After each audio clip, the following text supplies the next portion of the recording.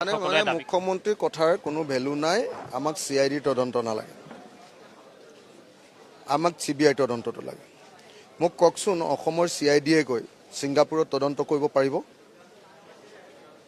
মোক নিজে কওক আপুনি।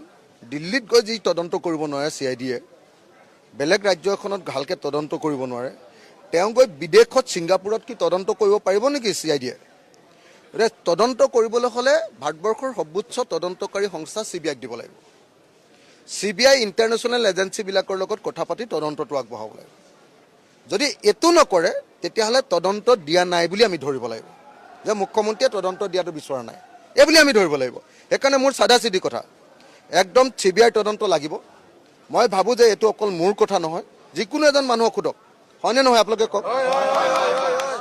CBI লাগে নে নাই? নহ'লে CID তদন্তে কি কৰিব কওক আপুনি। সেইকাৰণে আৰু দ্বিতীয় কথা, জুবিন দাক এদিন ৰখা দুদিন ৰখা নহয়, পাৰিলে জুবিন দাৰ বডিটো সংৰক্ষণ কৰিব লাগে আৰু তেওঁক এটা ঘৰত ধুনীয়াকৈ ৰাখি দিব লাগে, যাতে জুবিন দাৰ গানবিলাকেই নহয়, জুবিন দা অসমীয়া জাতিৰ আটাইতকৈ স্পষ্টবাদী মানুহ। আপুনি অসমত কোনোবা অপেনলিয়ে মই লগুণ ছিঙি দিলোঁ বুলি ক'ব পৰা মানুহ আছে নেকি? বৰ্ণবাদী চিন্তাক চেলেঞ্জ কৰিব পৰা মানুহ আছে নেকি? এই মোৰ জাতি নাই বুলি ক'ব পৰা মানুহ আছে নেকি? মোৰ ধৰ্ম নাই বুলি ক'ব পৰা মানুহ আছে নেকি? হয়নে নহয়?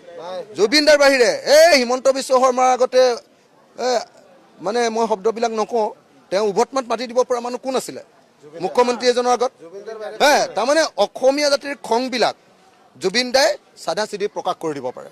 তেনেকুৱা এজন মানুহক আমি চিৰদিন সংৰক্ষণ কৰিব লাগিব। সেইকাৰণে মই এদিন ৰখা দুদিন ৰখাতকৈ পাৰি যদি জুবিন দাক একেবাৰে সংৰক্ষণ কৰিব পাৰি নেকি, তেওঁৰ বডিটো সংৰক্ষণ কৰিলে আমাৰ উত্তৰ পুৰুষে মাজে মাজে জুবিন দাক চাবলৈ আহিব, ডেইলি মনত পৰিব তেওঁ কি চিন্তা কৰিছিলে, তেওঁ কি গান গাইছিলে, তেওঁ কেনেকৈ অসমখনৰ কথা কৈছিলে, তেওঁ সমাজবাদৰ কথা কৈছিলে, তেওঁ এই কেপিটেলিষ্ট ছ'চাইটিখনক চেলেঞ্জ কৰিছিলে। মই ছ'চিয়েলিষ্ট এনেকৈ বুলি খুজি হৈছিলে, জানেনে নাই? মই সমাজবাদী বুলি চিঞৰিছিলে। কোনোবাই বুজি পায়নে নে নাপায়? হিমন্ত বিশ্ব এইটো বুজি নাপাব, এইটো নহয় এইটো কথা।